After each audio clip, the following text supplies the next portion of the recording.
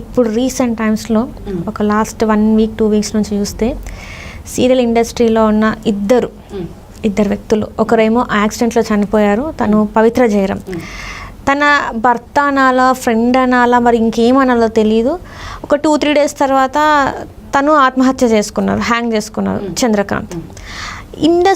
కేవలం వాళ్ళ ఫ్యామిలీ చెప్పడం ఏంటంటే ఇండస్ట్రీలకు రాకముందు బాగానే ఉన్నారు, ఇండస్ట్రీలోకి వచ్చాకనే ఈ విధమైన ఒక ఇదైపోయింది, ఫ్యామిలీకి ఇప్పుడు 5 years నుంచి దూరంగా ఉన్నారు, ఆ ఆమెతోనే ఉంటున్నారు అని చెప్పేసి మాట్లాడుతున్నారు. అంటే ఇండస్ట్రీలో ఆయన వైఫ్ కానీ ఆయన కుటుంబ సభ్యులు కానీ మాట్లాడుతున్నారు.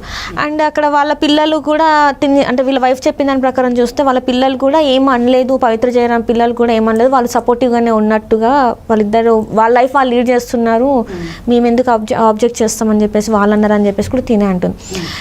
ఇండస్ట్రీని ఎందుకు బ్లేమ్ చేస్తున్నారు మరి? అంటే వాళ్ళ ఉన్న ఏజ్కి వాళ్ళకి తప్పేదో ఒప్పేదో తెలియలేదా?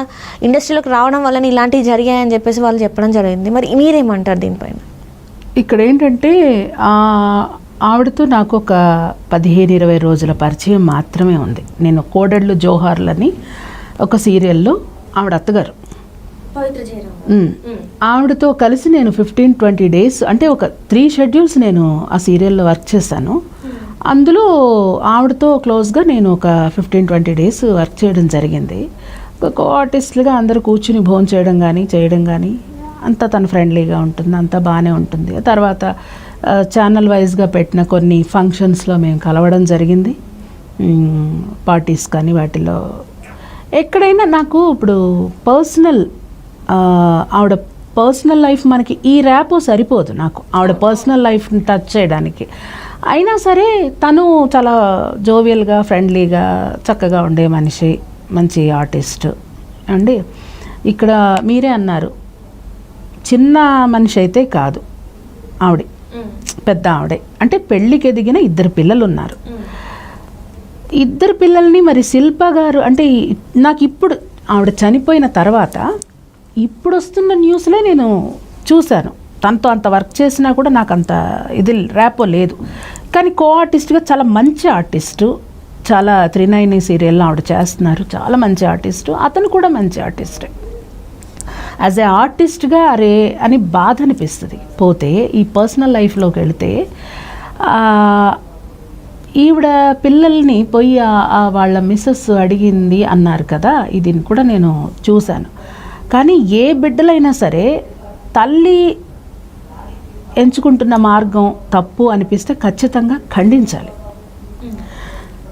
ఇదే పవిత్ర జయరాం గారు 2-3 ఇంటర్వ్యూస్లో నాకు 16 yearsకి మ్యారేజ్ అయిపోయింది, నేను డివోర్సీ, నాకు 2 పిల్లలు ఉన్నారు, నేను లైఫ్ లీడ్ చేస్తున్నానని చెప్పారు. అంటే ఏం చెప్పారు?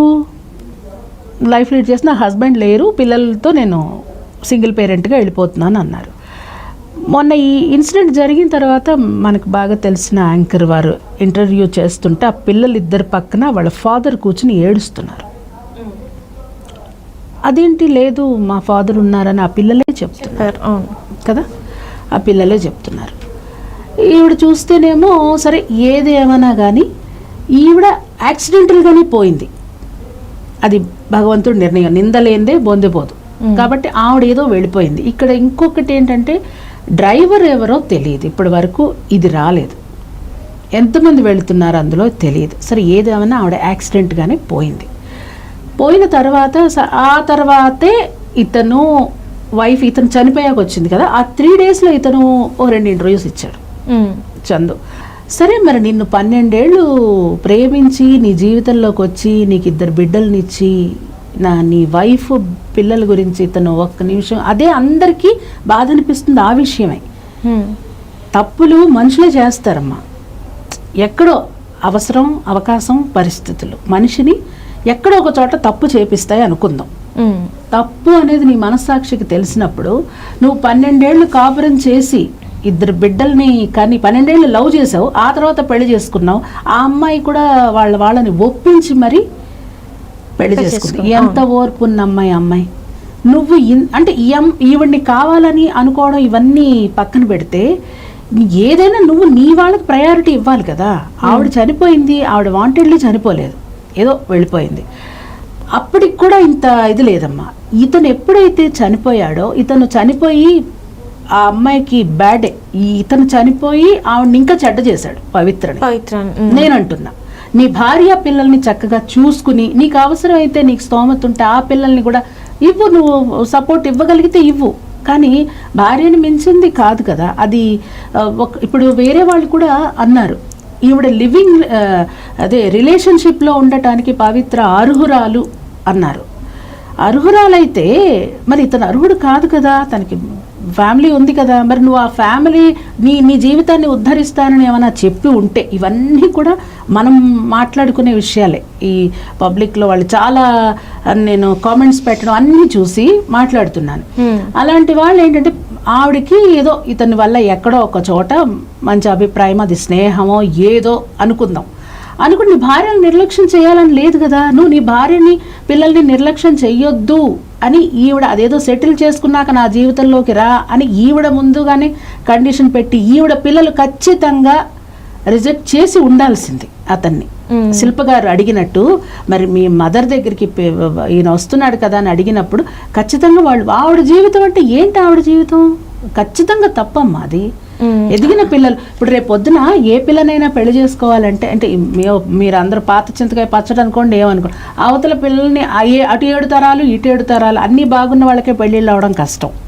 ఎదిగిన పిల్లలు కదా, తల్లి దగ్గర ఒక తప్పు జరుగుతుంది అని తెలిసినప్పుడు అని అంటే వాళ్ళకి అనిపించలేదా, లేకపోతే నిజంగానే వాళ్ళది స్నేహమా ఏంటనుకోవాలి ఆ పిల్లలు. అప్పుడు అలా మరి ఈవిడ చెప్పిన ఇంటర్వ్యూలో కూడా భర్త ఒక చోట, భర్త లేడు నాకు, నేను సింగిల్ పేరెంట్ అని చెప్పినప్పుడు ఇక్కడ ఎవరు ఆయన పక్కన కూర్చుని ఏడుస్తున్నారు కదా. మరి భర్త ఉన్నారు, మా మమ్మీ అలాంటిది కాదు ఈ రోజు నా పిల్లలు చెప్తున్న వాళ్ళు లేదు. వీళ్ళందరిది పక్కన పెడితే, ఇప్పుడు ఆవిడ పెళ్లి వీడియో వచ్చింది, చందు గారిది, శిల్ప గారిది పెళ్లి వీడియో పెట్టారు.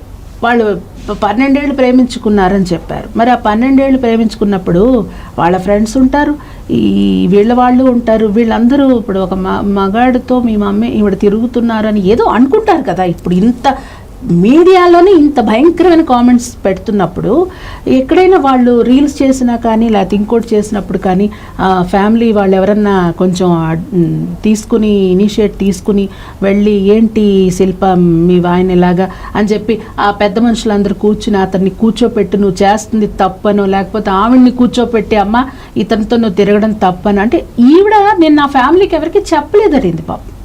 ఈవిడ చెప్పకపోయినా ఇవి తెలుస్తున్నాయి కదా, రీల్స్ వైజ్గా మనకి తెలిసిన వాళ్ళకి తెలుస్తాయి, తెలియని వాళ్ళకి రీచ్ అవుతున్నాయి, అన్ని రీచ్ అవుతున్నాయి. కుటుంబ సభ్యులు ఎవరు చూసి ఉండరా? రైట్. అంటే ఇక్కడ ఏంటంటే వీళ్ళిద్దరూ ఎప్పుడైతే శిల్ప గారు ఇప్పుడు బయటకు వచ్చి మాట్లాడేది అదేదో ముందే మాట్లాడాలంటే ఈ రోజు ఇంత పెద్ద అనార్థం జరిగి ఉండేది అనిపించింది.